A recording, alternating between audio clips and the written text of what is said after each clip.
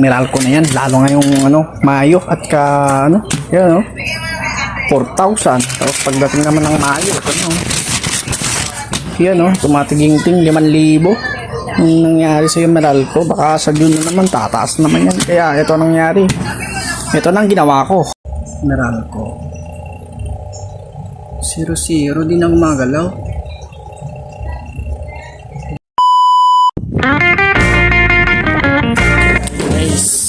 Install lang sa araw.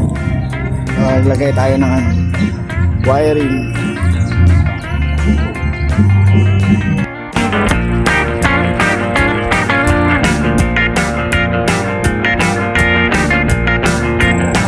Commission tayo, nagano tayo, assemble tayo nitong mga wiring. Installing tayo. Kinakabit natin ng maayos para walang loose connection. And dito naman yung battery niya, dalawang positive at negative. Ito na yung mga output ng mga AC. Yan yung main output, secondary output, saka ito AC in.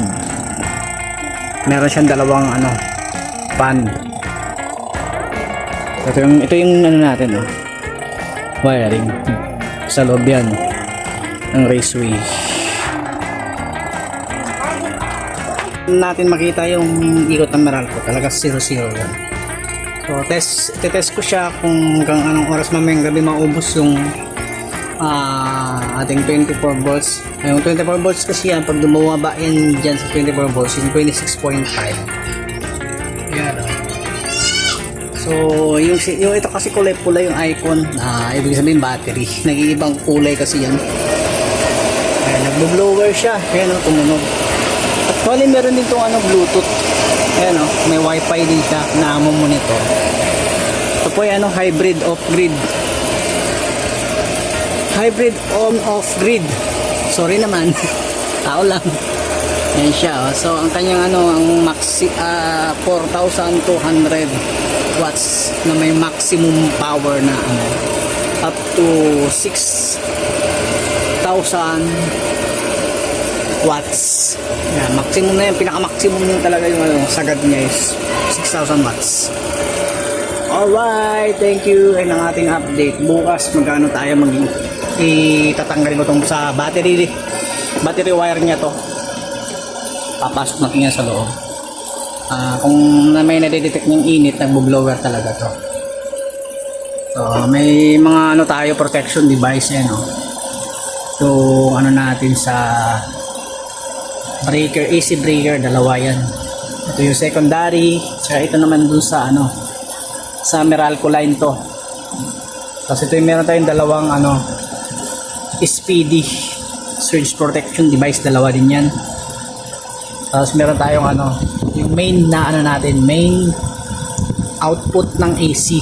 Tapos dito naman sa kabila ay hiniwalay natin yung DC, yung direct current.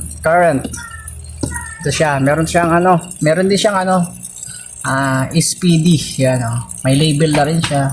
Yan, ito yung natin, yung MCB na DC. So yun lang. Ayan, kung baka may ganitong setup na gusto nyo, PM lang kayo. Pang buong bahay na to, 4,200 watts, kayang-kaya. Aircon, induction, wag lang welding machine, tsaka yung malalakas na water pump, hindi niya kaya yun.